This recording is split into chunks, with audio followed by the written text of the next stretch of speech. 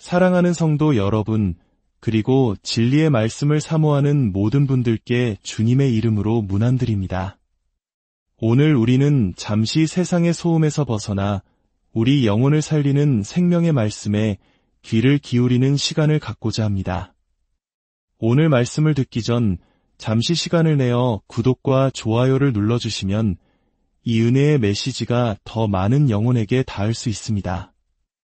여러분의 작은 실천이 하나님의 나라를 확장하는 귀한 도구가 됩니다. 참여해주시는 모든 분들의 삶에 하나님의 평안이 가득하기를 기도합니다. 성경을 가지고 계신 분은 시편 23편을 펴주시기 바랍니다. 오늘 말씀의 여정은 바로 이 아름다운 시편에서 시작됩니다. 우리에게 너무나도 익숙하고 사랑받는 말씀이죠. 함께 잠시 그 내용을 음미해 보겠습니다. 여호와는 나의 목자시니 내게 부족함이 없으리로다. 그가 나를 푸른 풀밭에 누이시며 쉴만한 물가으로 인도하시는도다. 내 영혼을 소생시키시고 자기 이름을 위하여 위의 길로 인도하시는도다. 내가 사망의 음침한 골짜기로 다닐지라도 해를 두려워하지 않을 것은 주께서 나와 함께 하심이라. 주의 지팡이와 막대기가 나를 안위하시나이다. 그리고 오늘 우리가 깊이 묵상할 5절 말씀입니다. 주께서 내 원수의 목전에서 내게 상을 차려주시고 기름을 내 머리에 부으셨으니 내 잔이 넘치나이다. 내 평생의 선하심과 인자하심이 반드시 나를 따르리니 내가 여호와의 집에 영원히 살리로다. 아멘. 여러분, 5절 말씀에 주목해 주십시오. 주께서 내 원수의 목전에서 내게 상을 차려주시고 여기서 말하는 상, 이 식탁은 과연 무엇을 의미할까요? 이것은 바로 주님께서 우리를 위해 친히 준비하신 주님의 식탁, 바로 성찬을 의미합니다.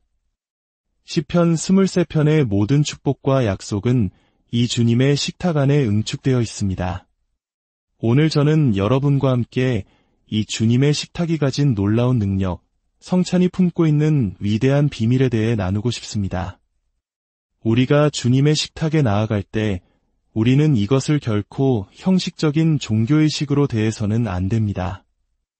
이 포도주와 떡, 예수님께서 제자들과 나누셨던 마지막 저녁 식사는 우리 믿음의 핵심이며 그 의미를 온전히 깨닫고 참여할 때 우리의 삶을 변화시키는 폭발적인 능력을 경험하게 될 것입니다. 이 성찬의 능력을 이해하기 위해 우리는 잠시 구약시대로 거슬러 올라가야 합니다. 신약의 성찬은 구약의 유월절 식사에 그 뿌리를 두고 있기 때문입니다.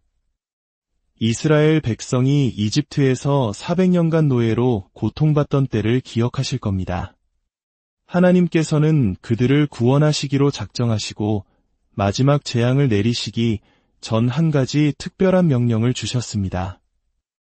흠없는 어린 양을 잡아 그 피를 집문 좌우 설주와 인방에 바르라는 것이었습니다. 그리고 그날 밤 집안에서 그 양고기를 먹으라고 하셨습니다.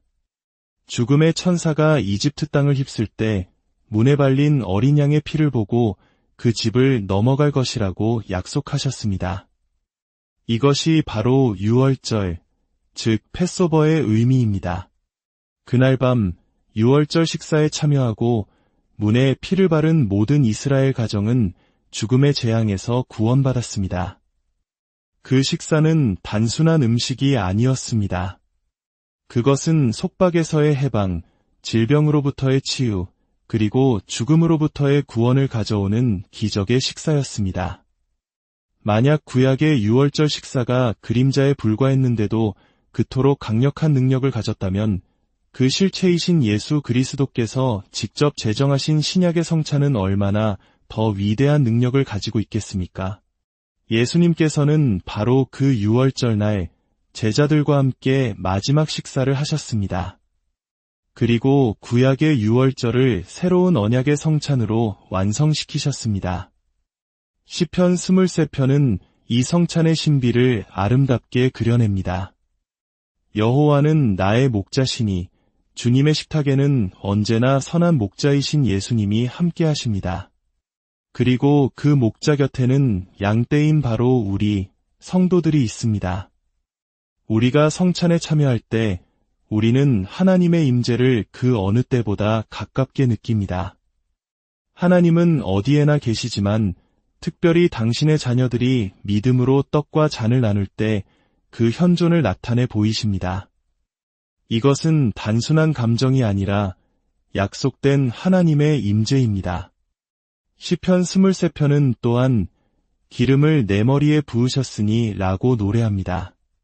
기름 부음은 성경에서 치유와 회복을 상징합니다. 주님의 식탁에는 치유의 능력이 있습니다. 유월절 식사를 마친 이스라엘 백성 중에는 아픈 자나 약한 자가 한 사람도 없었다고 성경은 기록합니다. 마찬가지로 우리가 예수님의 찢기신 몸과 흘리신 피를 기념하며 성찬에 참여할 때 우리의 육신과 영혼을 치유하는 능력이 임합니다. 내 잔이 넘치나이다. 우리는 성찬을 통해 예수 그리스도의 보혈을 상징하는 잔을 나눕니다. 이 잔은 용서와 회복, 그리고 넘치는 축복의 잔입니다. 내 영혼을 소생시키시고 이 식탁은 지친 영혼을 회복시키는 회복의 식탁입니다. 내 평생의 선하심과 인자하심이 나를 따르리니 이 식탁에 참여하는 자에게는 하나님의 선하심과 자비하심이 평생 그림자처럼 따라다닐 것을 약속합니다. 가장 중요한 것은 우리가 믿음으로 이 식탁에 참여할 때 이 모든 하나님의 약속이 우리 삶 가운데 활성화된다는 사실입니다. 잠자고 있던 축복들이 깨어나고 닫혀있던 하늘의 문이 열리는 것입니다. 유월절의 어린 양의 피를 기억해 보십시오. 죽음의 천사조차 그 피가 발린 문지방을 넘을 수 없었습니다. 하나님의 천사도 넘지 못한 그 피의 경계선을 사탄 마귀가 어찌 넘을 수 있겠습니까? 우리가 예수 그리스도의 보혈을 의지할 때 악한 영은 우리를 해할 수 없습니다. 우리가 기도할 때 아버지 하나님, 예수님의 이름으로 나아가 어린 양의 보혈을 의지합니다. 라고 고백하는 것만큼 강력한 기도는 없습니다. 주님의 식탁은 바로 이 보혈의 능력을 우리 안에 그리고 우리 삶 위에 선포하는 행위입니다. 하나님께서는 유월절 양을 먹을 때 모든 부위를 다 먹으라고 명령하셨습니다. 일부만 남기지 말라고 하셨습니다. 이것은 영적으로 매우 중요한 의미를 가집니다. 어떤 사람들은 예수님을 자신의 구원자로만 받아들입니다. 지옥에 가지 않게 해주는 보험 정도로 여기는 것이죠. 하지만 삶의 다른 영역에서는 여전히 자신이 주인 행세를 합니다. 그러나 주님께서는 우리의 구원자일 뿐만 아니라 삶의 모든 영역을 다스리시는 주님이 되길 원하십니다. 주님의 식탁은 구원자의 식탁이 아니라 주님의 식탁이라고 불립니다. 우리는 구원뿐만 아니라 성령의 충만함, 중독으로부터의 자유, 거룩함과 정직함, 형통함과 참된 자유까지 모두 원해야 합니다. 주님께서 주시는 모든 것을 남김없이 받아 누리십시오. 우리 신앙에서 성찬이 특별한 또 다른 이유가 있습니다. 믿음은 보이지 않는 것을 믿는 것이지만 하나님께서는 유독 이 성찬만큼은 우리가 직접 만지고 보고 맛보게 하셨습니다. 눈에 보이지 않는 믿음을 눈에 보이는 가시적인 행위와 연결시키신 유일한 의식입니다. 우리가 떡을 손에 쥐고 잔을 마실 때 우리는 단지 상징적인 행위를 하는 것이 아닙니다. 우리는 그 순간 태초에 말씀이셨던 그분이 육신이 되어 우리 가운데 오셨던 것처럼 그리스도의 몸과 피가 우리 안에 들어와 우리와 하나가 되는 신비를 체험하는 것입니다. 세상 사람들은 성경을 읽지 않습니다. 그들은 바로 우리의 삶을 읽습니다. 우리가 성찬을 통해 예수님을 우리 안에 모셔드릴 때 우리의 삶을 통해 예수 그리스도의 모습이 드러나게 됩니다. 예수님께서는 이것을 행하여 나를 기념하라고 말씀하셨습니다. 기념하다, 즉 remember라는 단어의 반대말은 dismember, 즉 분리되고 해체되는 것입니다. 혹시 여러분의 가정이나 관계가 분열되고 깨어져 있습니까? 오해와 다툼으로 인해 산산조각 난 부분이 있습니까? 주님의 식탁은 해체된 것을 다시 하나로 모으는 리멤버, 즉 재결합시키는 신비한 능력을 가지고 있습니다. 이 식탁 앞에서 깨어진 관계들이 회복되고 멀어졌던 마음들이 다시 하나가 될 수 있습니다. 죄와 수치심으로 하나님에게서 멀리 떠나 해체되었던 영혼이라도 겸손히 이 식탁에 나아올 때 주님께서는 다시 그를 품에 안아 하나로 회복시켜 주실 것입니다. 유월절 식사에는 쓴 나물이 곁들여졌습니다. 이것은 이집트에서 겪었던 노예 생활의 고통과 눈물을 상징합니다. 우리 인생에도 이런 쓴맛이 찾아옵니다. 배신, 실패, 질병, 상실의 아픔은 우리를 쓰디쓴 사람으로 만들 수 있습니다. 어쩌면 우리 민족이 역사 속에서 겪어온 깊은 한 과도 같을 것입니다. 하지만 기억하십시오. 쓴 나물은 결코 메인 요리가 아닙니다. 그것은 곁들임 음식일 뿐입니다.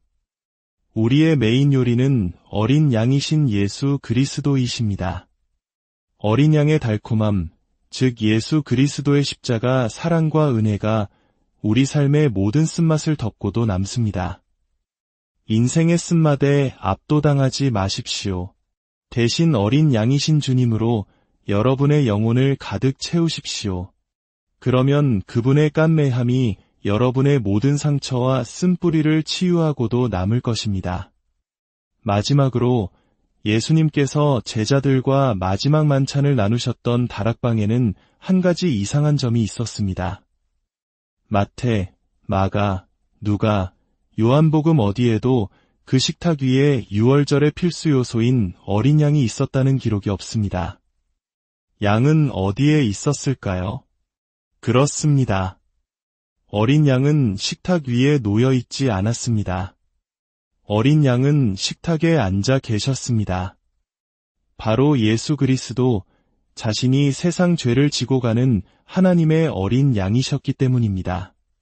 그리고 24시간이 채 지나지 않아 그 어린 양은 십자가에 달려온 인류를 위한 희생 제물이 되셨습니다. 우리가 성찬에 참여할 때마다 어린 양이신 예수님께서 바로 그 자리에 우리와 함께 하심을 믿어야 합니다. 그분의 보혈에는 신비한 능력이 있습니다. 보통의 피는 흰옷을 더럽히지만 예수님의 피는 죄로 얼룩진 우리의 영혼을 눈보다 더 희게 씻어냅니다. 요한계시록은 천국 백성들이 어린 양의 피에 그 옷을 씻어 희게 하였다고 증언합니다. 어떻게 피로 씻는데 더 희게 될 수 있습니까? 이것이 바로 죄의 얼룩을 제거하는 예수 그리스도 보혈의 신비로운 능력입니다. 사랑하는 여러분, 주님의 식탁은 이토록 놀라운 능력과 축복으로 가득 차 있습니다. 성찬에 참여하는 것은 여러분의 삶의 새로운 시작을 선포하는 것입니다. 과거의 모든 실패와 죄책감은 십자가 아래 묻히고 하나님께서는 오늘이 바로 당신의 남은 인생의 첫날이라고 말씀하십니다. 이제 함께 기도하겠습니다. 아버지 하나님, 예수님의 이름으로 주님 앞에 나아갑니다. 저의 모든 것을 주님께 내려놓습니다. 저의 삶을 받아주시고 주님의 뜻대로 사용하여 주옵소서. 저의 모든 죄를 용서하여 주심에 감사드립니다. 예수님의 보혈로 저를 정결하게 씻어주시니 감사합니다. 천국의 문을 활짝 여시고 지옥의 문을 닫으시는 능력의 이름, 예수 그리스도의 이름을 찬양합니다. 주님의 사랑으로 제가 새롭게 변화되었음을 믿습니다. 이 말씀을 듣는 모든 분들과 그 가정 위에 주님의 식탁에 담긴 치유와 회복, 보호와 기쁨의 은혜가 강물처럼 흘러넘치기를 예수 그리스도의 이름으로 축복합니다.